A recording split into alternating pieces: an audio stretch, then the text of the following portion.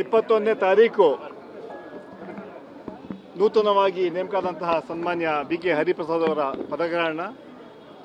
ಆ ಕಾರ್ಯಕ್ರಮದ ಹಿನ್ನೆಲೆಯಲ್ಲಿ ಇವತ್ತು ಪೂರ್ವಭಾವಿ ಸಭೆಯನ್ನು ಕರೆದಿದ್ದರು.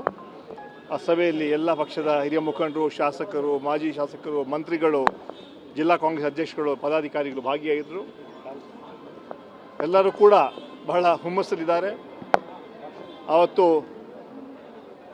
ಸನ್ಮಾನ್ಯ ನೂತನ ಮುಖ್ಯಮಂತ್ರಿಗಳ ಸನ್ಮಾನ್ಯ DK ಶಿವಕುಮಾರ್ ಅವರಿಗೆ, ನೂತನವಾಗಿ ಆಯ್ಕೆಯಾದ ಸನ್ಮಾನ್ಯ BK ಹರಿಪ್ರಸಾದ್ ಅವರಿಗೆ ಹಾಗೂ ಪಕ್ಷದ ಹಿರಿಯ ಮುಖಂಡರು, ಒಬ್ಬ ಅಪೂರ್ವವಾದ ರಾಜಕಾರಣಿ ಸನ್ಮಾನ್ಯ ಸಿದ್ದರಾಮಯ್ಯವರು ಕೂಡ ಅವತ್ತು ಅಭಿನಂದನೆಗಳಂಥ ಕಾರ್ಯಕ್ರಮವನ್ನು ಅವತ್ತು ಹಮ್ಮಿಕೊಂಡಿದ್ದಾರೆ.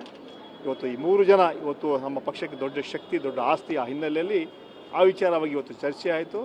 ದೊಡ್ಡ ಕಾರ್ಯಕ್ರಮ ಆಗುತ್ತೆ. ಆ ಕಾರ್ಯಕ್ರಮ ಮೂಲಕ ಇಡೀ ರಾಜ್ಯಕ್ಕೆ ಸಂದೇಶ ಕೊಡುವಂಥ ಕೆಲಸ. ಅದರಲ್ಲೂ ಬರುವಂತಹ ತಾಲೂಕ್ ಪಂಚಾಯತ್, ಜಿಲ್ಲಾ ಪಂಚಾಯತ್, ಕಾರ್ಪೊರೇಷನ್, ಗ್ರಾಮ ಪಂಚಾಯತ್ ಚುನಾವಣೆ ಕೂಡ ಬರ್ತಾ ಇದೆ. ಆ ಹಿನ್ನೆಲೆಯಲ್ಲಿ ಈ ಸಭೆಗೆ ಎಲ್ಲ ಜಿಲ್ಲೆಗಳಿಂದ, ಎಲ್ಲ ತಾಲೂಕುಗಳಿಂದ, ರಾಜ್ಯದ 224 ಕ್ಷೇತ್ರಗಳಿಂದ ಕೂಡ ನಮ್ಮ ಮಾಜಿ ಜಿಲ್ಲಾ ಪಂಚಾಯತ್ ಸದಸ್ಯರು, ತಾಲೂಕ್ ಪಂಚಾಯತ್ ಸದಸ್ಯರು, ಗ್ರಾಮ ಪಂಚಾಯತ್ ಸದಸ್ಯರು, ಬ್ಲಾಕಿನ ಅಧ್ಯಕ್ಷರು, ಪದಾಧಿಕಾರಿಗಳು ಹಾಗೂ ಎಲ್ಲರೂ ಕೂಡ ಕಡ್ಡಾಯವಾಗಿ ಭಾಗಿಯಾಗಬೇಕಂತಹ ಚರ್ಚೆ ಕೂಡ ಇವತ್ತಾಗಿದೆ. ಆ ಹಿನ್ನೆಲೆಯಲ್ಲಿ ಈ ರಾಜ್ಯದ ಎಲ್ಲ ಪಕ್ಷದ ಕಾರ್ಯಕರ್ತರು, ಮುಖಂಡರು ಆ ಕಾರ್ಯಕ್ರಮದಲ್ಲಿ ಭಾಗಿಯಾಗ್ತಾರೆ. ಅದ್ರ ಮೂಲಕ ದೊಡ್ಡ ಸಂದೇಶ. ಇದ್ರ ಮೂಲಕ ಬರುವಂತಹ 2028ರಲ್ಲಿ ಬರುವಂತಹ ಅಸೆಂಬ್ಲಿ ಚುನಾವಣೆಯಲ್ಲಿ ಕೂಡ ರಾಜ್ಯದಲ್ಲಿ ಕಾಂಗ್ರೆಸ್ ಪಕ್ಷ ಅಧಿಕಾರಕ್ಕೆ ಬರುತ್ತೆ ಅಂತ ವಿಶ್ವಾಸವನ್ನು ವ್ಯಕ್ತಪಡಿಸ್ತಾರೆ. ಇನ್ನೊಂದು ಕಡೆ ಸಚಿವ ಸಂಪುಟದ ಚರ್ಚೆ ಆಗ್ತಾ ಇರುವಂಥದ್ದು ತಾವು ಸಹ ಆಕಾಂಕ್ಷೆ. ಈಗ 18ನೇ ತಾರೀಕು ವಿಧಾನ ಪರಿಷತ್ ಚುನಾವಣೆ ಇದೆ. 21ನೇ ತಾರೀಕು ಪದಗ್ರಹಣ ಕಾರ್ಯಕ್ರಮ ಇದೆ.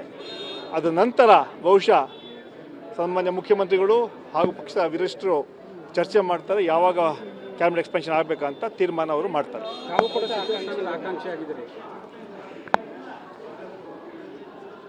2020ರಲ್ಲಿ ಕೂಡ ನನಗೆ ಅವಕಾಶ ಸಿಗಬೇಕಾಯಿತು. ನಾನು KPCC 23ರಲ್ಲಿ KPCC DK ಶಿವಕುಮಾರ್ ಅಧ್ಯಕ್ಷರಾಗುವಾಗ ನಾವು 3 ಜನ ವರ್ಕಿಂಗ್ ಪ್ರೆಸಿಡೆಂಟ್ ಆಗಿದ್ವಿ. ಈಶ್ವರ್ ಖಂಡ್ರೆ, ನಾನು, ಸತೀಶ್ ಜಾರಕಿಹೊಳಿ, ನಂತರ ರಾಮಲಿಂಗಾರೆಡ್ಡಿ. ಈ 4 ಜನರಲ್ಲಿ 3 ಜನರಿಗೆ ಮಂತ್ರಿ ಮಾಡಿದ್ರು. ನನಗೊಂದು ಅವಕಾಶ ಸಿಗಲಿಲ್ಲ. ಈ ಬಾರಿ ಸಿಗುವಂಥ ಅವಕಾಶ ಇದೆ ಅಂತ ವಿಶ್ವಾಸ ಇದೆ.